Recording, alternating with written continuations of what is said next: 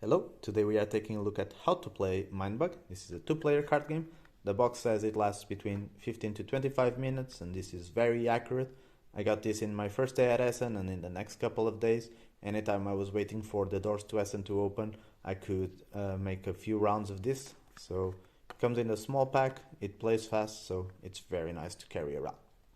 Now, about how the game plays. This is a dueling card game. Each player starts with 3 life points and your goal is just to defeat your opponent by decreasing their life points to 0. Any attack with you, no matter how strong it is, will remove 1 life point from each player.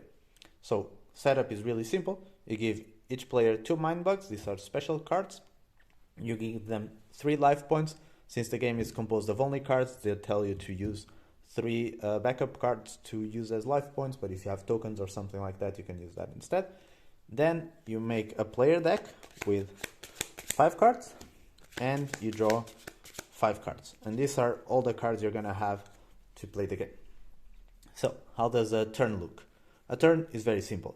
Either you play a card, or if you have cards in front of you already, you can choose to attack with any of them. So let's say in the previous 3 rounds I play these 3 cards. My opponent doesn't have any cards himself.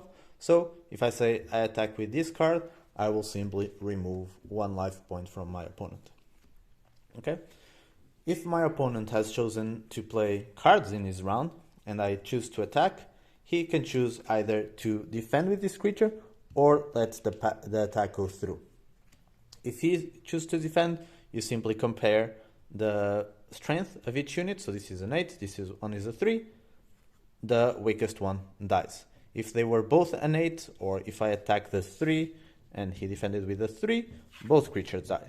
Each card goes to their owner's discard pile. These are the basic rules, or the basic system. So in your turn, you either play a card or you attack. The defender can choose to defend, or it can choose to let the attack go through and lose 1 life. You normally don't want to do that, but it might be strategically better to do so. Every time you play a card, you draw back to 5. Again, you have a small deck of 10 cards. Now, let's take a look at what else the game is about. So, when you play a card from your hand, some of them will have a play effect. That simply means when you choose to put this card on the table, you will activate this ability. For example, if you play the Ferret Bomber, it has a play effect that says the opponent discards 2 cards. So, you know that in a game with 10 cards and a hand size of 5, if you discard 2 cards, you are severely limiting your opponent. So that effect triggers as soon as you play. Then you have another type of trigger effect, which is attack. So let's say in my round, I play this card. That was my round. My opponent will play a card from his hand. And now in the next turn, if I choose to attack with this card, I'll also activate its effect. The effect says the opponent discards a card. So these 2 cards actually synergize quite well to force your opponent to have less options. The last trigger effect that you have is the defeated. So when this card is defeated by any effect, you will trigger what says there. Take control of up to 2 creatures with power 5 or less. So it allows you to steal cards from your opponent. This one, when it is defeated, defeats a creature and all of that sort. This one doesn't have any trigger. Some cards also have abilities that are simply in effect all the time. So now you know all the triggers that there are. Play, attack, and defeated. Let's go to the keywords. There are 5 keywords. I'll start with the one that I think will be more intuitive to people, which is sneaky. Sneaky cards can only be blocked by other sneaky cards. So for example, even though my opponent could have these 2 defenders, so a 2 that is poisonous, a 9 that is frenzy, it doesn't really matter. If I choose to attack with my tiger squirrel, my opponent cannot block me. So every time I attack with this creature, he'll lose a life point because he doesn't have any other sneaky creature. If he happens to have a sneaky creature, so let's say he had 3 cards ready to defend, and I attack with this one, he can choose to block it with a sneaky creature of its own. In this case, my 3 would defeat the 2, my unit would come back. And that's it. No matter how many creatures you have, you only attack with one of them. So I could attack with my 8, at which point my opponent would probably defend with his 9 and defeat the 8, or I can attack with my sneaky creature and my opponent cannot block me. So sneaky creatures are not particularly strong in number, but it won't normally matters because they don't want to be involved in fights. They want to go straight for your opponent. A good way to deal with your opponent's sneaky creature is to have a hunter. So for example, this killer bee, besides having a play effect that immediately removes 1 life point from your opponent, is a hunter. And this means what? So normally, let's just switch and give the sneaky to my opponent. Normally, when you attack, the defender decides whether to defend and who to defend with. The bonus for the hunter is that when you choose to attack with a hunter, you can choose which character defends. So I could say, all right, I'm attacking and I want you to defend with your sneaky creature. This will allow me to easily kill a sneaky creature. The hunter cannot actually block sneaky creatures, but it can dispose of them by attacking. Those are 2 of the keywords that we have. Let's go to frenzy and tough. They are kind of similar, kind of opposite. So frenzy simply means that this creature will attack twice. So in this scenario, let's remove this card, just put a frenzy. I would have these 3 options to attack, right? If I attack with a rhino turtle, I attack once, and let's say my opponent chooses to defend. These 2 clash, and this creature is defeated. And now, because he has frenzy, he'll attack again and remove 1 life point from my opponent. If we started a round like this, and it was my round, and I attack with a rhino turtle, it will attack twice and remove 2 life points from my opponent. So you can see how frenzy is very beneficial. Then you have tough, which is kind of the counterpart to this system. So let's say now it was like that. I have my rhino turtle who is tough, and my opponent has the tusk extorter. Let's go to a scenario where I would attack with the rhino turtle and my opponent would block with his extorter. In this scenario, they are both 8s, right? So because they are both 8, that guy is defeated and this guy is also defeated. The thing he is tough.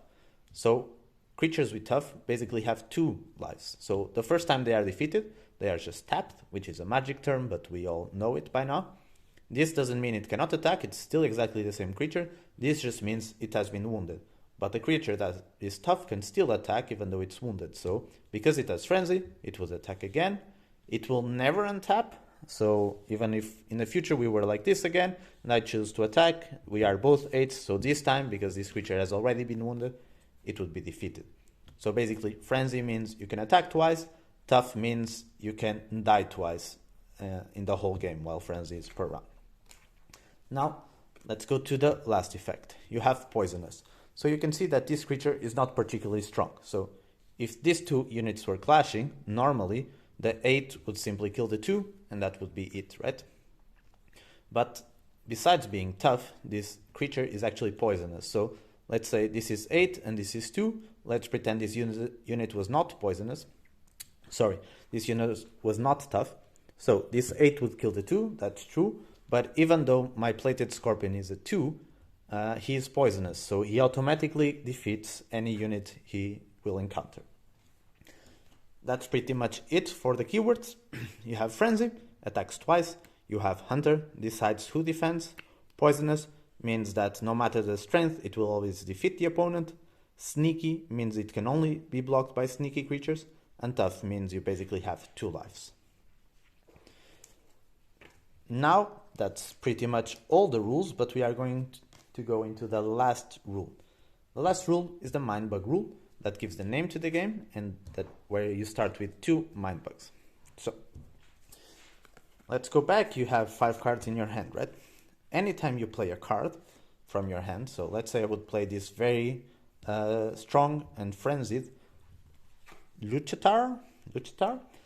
Anytime you play a card from your hand, your opponent can choose to play a Mindbug and take control of it. So, if I was playing this creature, which would be very strong and very strong at attacking, my opponent can steal it. Now they spent one of their 2 Mindbugs for the game. This is crucial because it means that no matter how strong the cards are that you have in your hand, your opponent can take control of it and turn it against you. So whenever you have a card that you take a look and you think, all right, this card is really good, you also need to be ready to defeat your own card. Because if you say, all right, yeah, this card is really good, I'll play it. If your opponent steals it and you cannot do anything about it, now you basically doomed yourself. So you not only have to worry about what your opponent can play, you also have to worry about what you can play. Because you don't want to play a card while your opponent still has Mindbugs available. That would basically defeat yourself. Once your opponent has played his 2 Mindbugs, he cannot take control of your cards anymore, so you have a lot more freedom. What will happen during the game is, for example, that let's say you really want to play these Shield Bugs that make your other creatures stronger. You want to play this card, but you cannot, because your opponent might have Mindbugs to take control of it.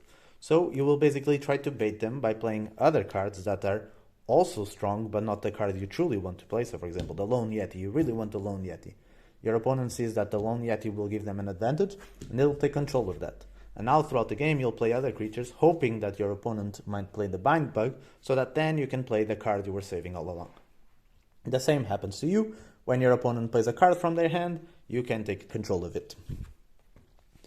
Whenever you use the Mindbug, basically the play resumes to the other player. So let's say it was my opponent's turn. He was getting ready to play the Luchator. If I Mindbug it, it becomes mine, and my player plays again because theoretically I played the Luchator. And that's all for the game. So it's a very simple action system. Your turns are very simple. You either play a card or you draw a card. You have 10 cards in your deck, 5 in your deck, 5 in your hand. Whenever cards run out, you don't lose. You simply run out of options, because let's say I had played these cards and now I have no cards in my deck, no cards in my hand. I just lost my flexibility. The only thing I can do is attack, and my opponent is able to react more strongly. The Mindbugs really do make and break the game. You need to be very careful when to use it. They will help determine who wins. Like if in this situation where my opponent has no Mindbugs and I have 2 Mindbugs, even though I don't have cards in my hand, if my opponent plays cards, I can still steal them and make sure I win the game. That's pretty much all the rules to Mindbug. The game is very small. It comes in this box. There's 48 cards here. Every game you'll use only 20 of them because of the 2 players and each one with 10 cards. So it gives you a lot of variety. I really enjoyed this game. It's definitely a small game, a quick game, but I think that's its biggest advantage. You can literally, and I mean literally, carry it in your pocket. You can take it anywhere. You can play it fast. I'm not ready to give a full review. Eventually, I'll write my full review on Board Game Geek. But just so that you have the notion, this video is already 12 minutes. I'm pretty sure we could have played a full round of Mindbug while we are here. So this game was available at Essen, but they are coming out with a Kickstarter. So if this sounded interesting to you, check it out. I'm really pleased with the game. It's very fast, entertaining, and you feel like you have a lot of tactical, even almost strategic choices when you're trying to force your opponent to use their own Mindbugs. Really fun game. That's it. Hope you enjoyed it. Thanks for watching.